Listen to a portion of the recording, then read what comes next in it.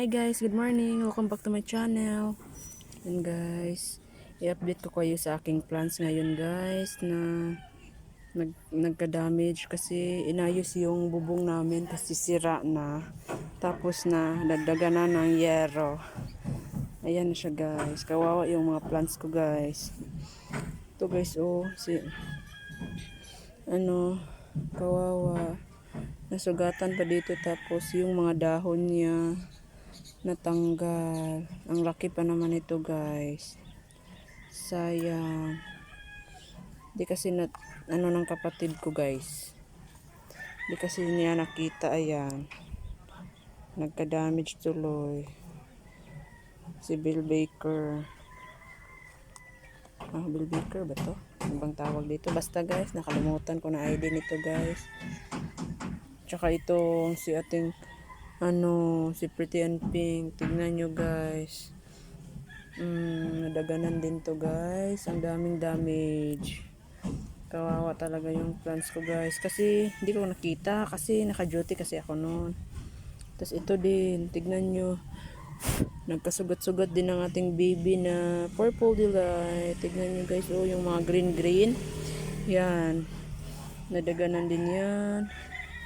Tsaka ito pa, ang daming nadaganan guys. Kawawa talaga sila guys. Ang dami nilang nadaganan. Kawawa yung plants ko guys. Ito, tsaka ito dito. Ayun, nang laylay tuloy si prickle plants ko guys na. Tignan nyo guys, kawawa. Ang aking pickle plants. Laylay kasi naman ay may yero dito na nakanit. Tsaka itong purple delight. Tignan nyo guys. Pero nag-trill na to guys. Ang ganda niya sa personal guys. Ito yung favorite ko talaga sa lahat guys. Tsaka ang ating guys oh. Ang ating pericastle na yung iba-ibang kulay. May green, may pink, tsaka yellow guys. Tsaka itong aking lolo guys. Tignan yung lolo ko guys. Nadaganan din na putol. Ang laki pa naman ito guys oh. I-ano ko na lang to, propagate. Naputol talaga si lolo. Ang daming naputol kay lolo guys. Tignan niyo. Ouch. Kawawa talaga ang lolo ko guys. Naputol. Sayang. Ang laki pa naman oh. Ang aking old man. Naputol talaga siya guys. Si old man. Ang ganda na kaya nito. Parang nakakatakot pero ang ganda tignan ni lolo. Pa guys oh. Putol.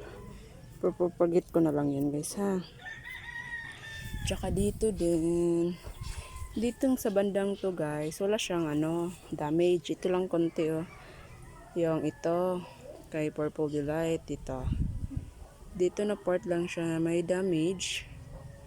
Kasi may nakatakip din dyan na yero. Ayan. Para di siya damage guys. Ayan. Dito lang sa bandang to ang may konting damage. So far yung iba guys wala ng mga damage. Dyan. Pero dito din sa ibaba. Ito din yung isa kong malaking kalanchoy. Diniligan ko pa naman. Hindi ko na malaya na nabali na pala to guys. Ito oh. Pero may roots na naman siya. Sa ibang gilid niya. Pero nabali talaga siya guys. Kasi nga nadaganan ng yero. Ayan. May baby pa nga sa ilalim guys. Oh. Dito may roots. Tapos dito sa ilalim siya nabali. Dito. Ito yung may kulay green dito. Ito siya nabali. Pero propagate ko na lang yan guys. Ayan. Tsaka dito guys. May i-share ako sa inyo. Kasi ito namulaklak na siya. Pa-bloom na siya guys. Malapit na siya mag-bloom guys. Pinabayaan ko lang to. Ito.